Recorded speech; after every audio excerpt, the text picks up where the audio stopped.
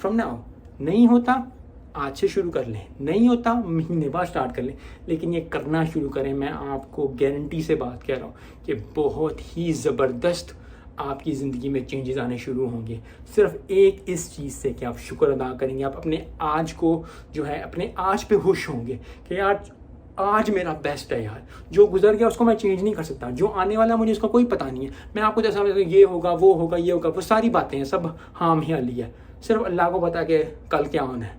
उसके अलावा मुझे नहीं, मैं मेहनत कर रहा हूँ लेकिन मुझे नहीं पता कल क्या होगा। मैं मेहनत कर रहा हूँ, बहुत एक्सरसाइज कर रहा हूँ, बहुत चीज़ें कर रहा हूँ, बहुत ज़्यादा एफर्ट कर रहा हूँ बिजनेस में, जॉब में, किसी में भी। मुझे कोई पता नहीं कल क्या होना है।